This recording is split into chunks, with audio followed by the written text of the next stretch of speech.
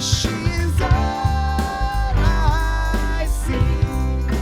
Come and rest your bones with me. Drive it slow on Sunday morning, and I never want to leave. So a little bit of a different setup today.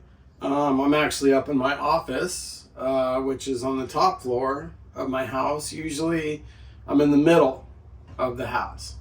And coming from a little bit of a different location today because just kind of wanted to change things up. It's very easy for me to work out of this room. And I pretty much do most of my work in here, do all my video editing and everything else in here. So also today, playing a good old friend. This guitar lives on the top floor of my house in my office. It is not the one that people usually see. The one that people usually see lives in the middle floor of my house. And the middle floor guitar is a 2012 Martin HD 28. I play that one at all my gigs, play it everywhere I go. I got a desk downstairs that me and my wife use, and I play that guitar constantly at my desk. We're always working on songs, we're always working on music, we're always trying to do better for our clients. And so that's what goes on in the middle floor. Up here in the top floor, this right here is a mint condition 1987 Martin HD 18. There were only a few made in 1987. It was a special run. It was a special guitar. It's a very special guitar. There were only a few made. And it's got the ebony tuners, and it's got the herringbone, which most D18s, or I don't think D18s have, ebony fretboard, and just a really nice guitar. The thing is, so it's super, super light, and as you can see, I've already burned a hole in the top here. You can get a look at that. And it's extremely fragile. You know, this guitar is just extremely fragile. If you just look at it wrong, it wants to crack and it wants to split. I had all the frets redone on it. Had to do a neck reset on it because most acoustics, as they get older, they have to have the neck reset because the action just becomes so unplayable that, you know, you literally cannot even play a chord. And this guitar feels and sounds much different than my 2012. And they're both good. I like them both, but I mean, I'm just noticing now that as I'm talking to you folks, on the top right here, I don't know if you can see it, but there's like it looks like a broken glass. It looks like something smashed it, and nothing has smashed this guitar at all, ever. This guitar pretty much just sits right over here, and it just plays and sounds amazing. So it's nice to pick it up. I typically don't. I always play my 2012. So we're going to go through a couple questions today. Hopefully some of you guys saw my onboarding musicians video. It's a 3-part video. I'll put a link to it in the description. But we're going over basically how to hire musicians, and it's a really good set of videos. So if you haven't had a chance to check it out, check it out.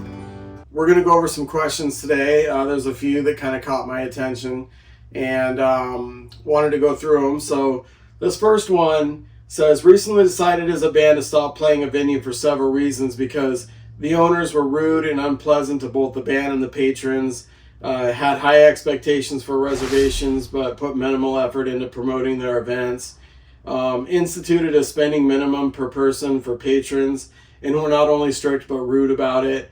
and canceled on us for a private event without any prior discussion.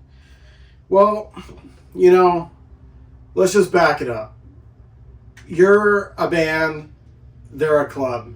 You're not the same business, but however, the two of you can work together from time to time. So here we're going to take the first one. It says the owners were rude and unpleasant to both the band and the patrons. Well, there's a lot to unpack there. If the owners are rude and unpleasant, then, you know, it is what it is. You know, the owner runs the place. So, you know, what are you going to do? Tell the owner on the owner? No, you're not gonna. So you're kind of stuck. You know, nothing's going to happen on that front on this date. You know, we'll get to what, you know, could possibly happen. Clubs are not always going to be nice to the band. For one, you're a band playing in there one night. This club could possibly have, you know, 5 bands a week. So yeah, they get annoying. Bands are annoying. They're touchy. They always want things a certain way. And, you know, they can be very annoying. So if I owned a club and I had like a 10-year run and I've been seeing bands 5 nights a week or whatever, yeah, I may lose my patience a little bit with bands here and there. So keep that in mind. So the second one, the owner had high expectations for reservations. Well, he's the owner. He wants high expectations for reservations. He wants the freaking place packed. He wants money. He doesn't care about your band. I mean, he doesn't really give a shit about your band. He wants money, you know? So yeah, I can see that. And says, the club puts minimal effort into promoting their events. Okay, this is something that kind of annoys me as well. I'm going to agree with the guy on this one. So again, it goes back to the club having bands in there night in and night out. They're going to get lax on their, you know, gig posts, their calendars. You know, the good clubs have booking agents to keep their gig calendars up. They keep their, you know, social media up. You know, sharing a link of a video to the band that could be playing there this weekend could do wonders for, you know, people. I would say, you know, clubs have an average of, you know, 1,000 or more people on their Facebook page. So what does it hurt for them to go onto their, you know, Facebook page, post a video or two, get people hyped up, you know, for the band that's coming in. And, you know, hopefully that could lead to, you know, more people in the club drinking. But the clubs don't do it. They do. It's hit and miss, you know, is the best way that I could go to say it. But it shouldn't be hit and miss at all, because it's a free thing that the club can do to promote it. The club has its own group of people in their Facebook page. You know, leave your Facebook page aside. The best way it works is to have the club put out a post with videos that you have and put it out to their people, get it out to their audience, and then for the band to kind of share that post. Because then at that point, the club is getting, you know, marketing as well. The club, so it works out great for everybody. I don't know why this doesn't happen more. I go the extra step and I try to call my booking contact person and say, hey, could you please, here's a photo of us. Here are some videos that we think would be good to share. Here is a write-up. You know, do all the work for them. So that all they have to do is just copy and paste it. That works most of the time. You know, you will get somebody that is just a complete knucklehead from the club that is just totally lazy and will not help. And that's a shame. But you can always do your best to keep calling them. So call them up, say, hey, check your email. I sent you a write-up, video links, and everything, in a photo, a great photo. Put it up there.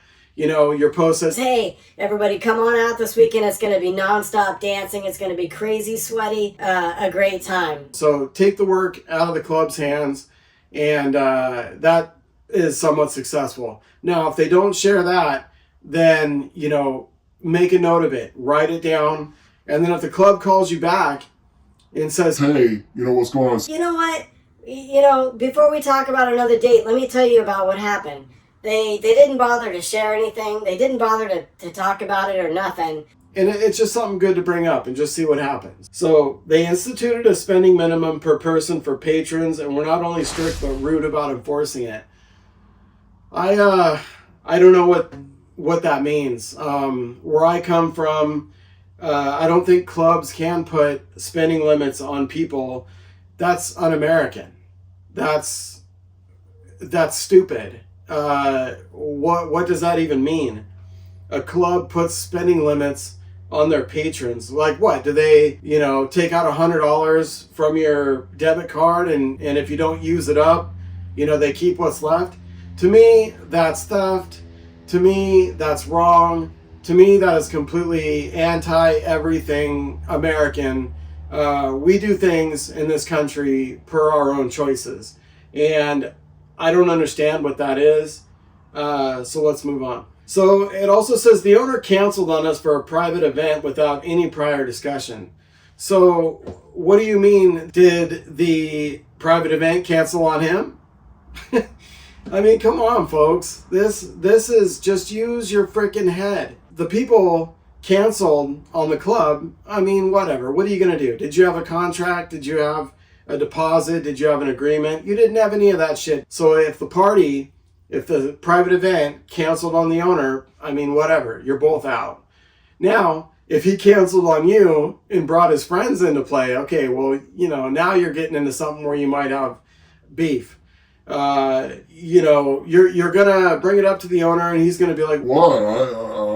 I didn't know. I thought that maybe you guys were playing next weekend, or maybe you guys were gonna do something, for this other private event I had down the road, and I didn't think it was for this one." And he's gonna give you every excuse in the book. The only thing you can do is just suck it up and move on. You don't have anything in writing, probably.